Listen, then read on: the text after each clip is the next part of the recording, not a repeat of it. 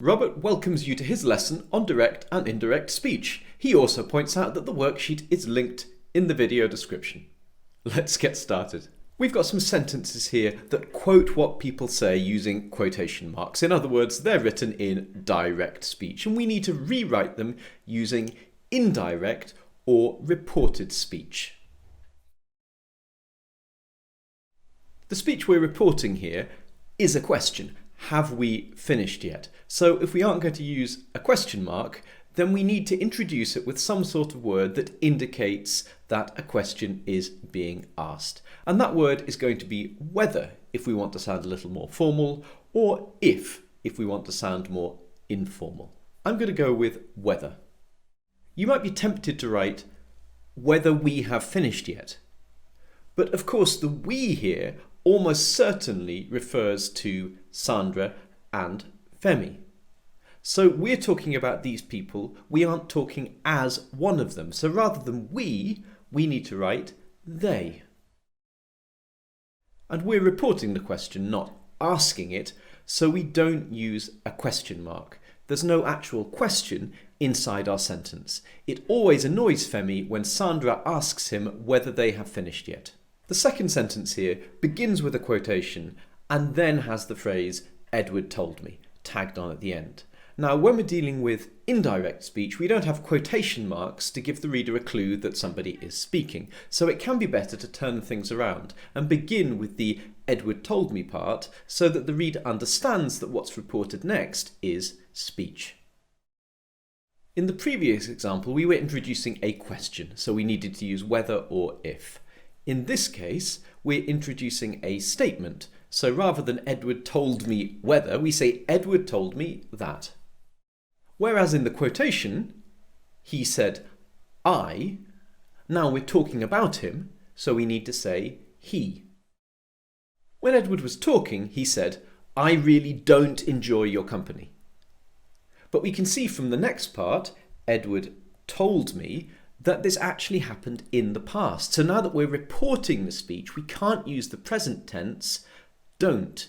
We have to use the past tense, didn't. Edward told me that he really didn't enjoy. Edward told me that he really didn't enjoy your company? Your company? No, he said this to me. So he was talking about my company. Edward told me that he really didn't enjoy my company. How could he? Now we're the other way around, so we need to take these sentences written using indirect speech and we need to make them direct. In other words, we need to introduce quotation marks. But if we just add quotation marks to what's there, it won't make sense. So Mrs. Mitchkin asks me what on earth I think I am doing, but she wouldn't say, "What on earth I think I am doing." That's nonsense. So what would she say? She is talking to me, so rather than saying I, she would say you. What on earth you think you are doing? What on earth do you think you are doing? Because it's a question. It begins with a capital because it's a sentence in its own right, and it has a question mark at the end. Mrs. Mitchkin asks me, we have a little pause there, so there's a comma. So now we have one possible answer. Mrs. Mitchkin asks me, what on earth do you think you are doing? Now that would be completely correct. I think it would be a little more powerful to write, what on earth do you think you are doing? Asks Mrs. Mitchkin.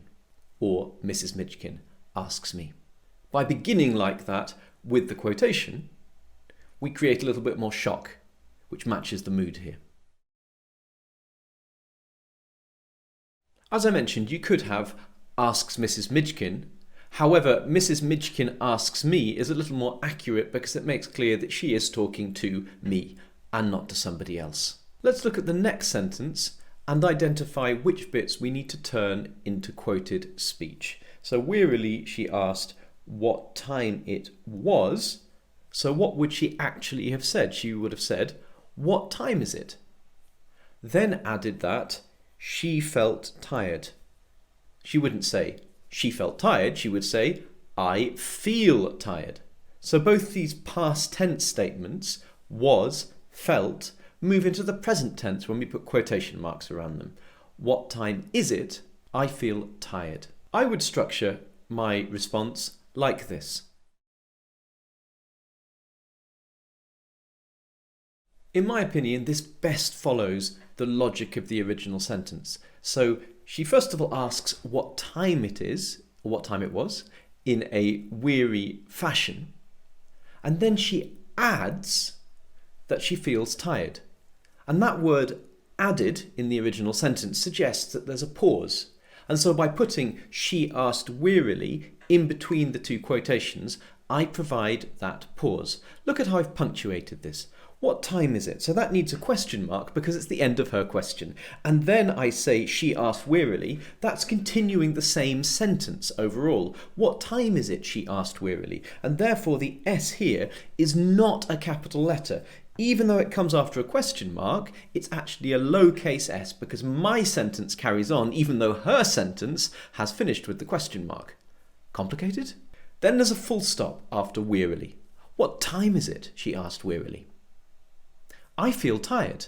That's because I feel tired is a new sentence, so it must be preceded by a full stop. Have a look at my recent lesson on punctuation if you want to understand better how to decide where to put a full stop and where to put a comma. I'll link to that later at the end of this video.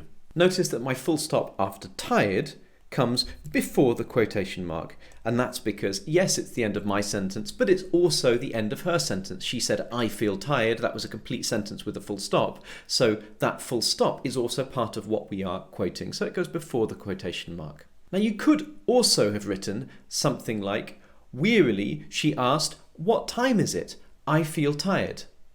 But then I think you wouldn't get the full sense of then added that, which implies a bit of a delay, and we convey that much better by writing she asked wearily in the middle. What time is it? She asked wearily. I feel tired. If that was useful, I strongly recommend that you watch this video on punctuation here, which will develop some of the ideas I've been discussing about where to put a full stop, where to put a comma, how to think about breaking up your sentences accurately.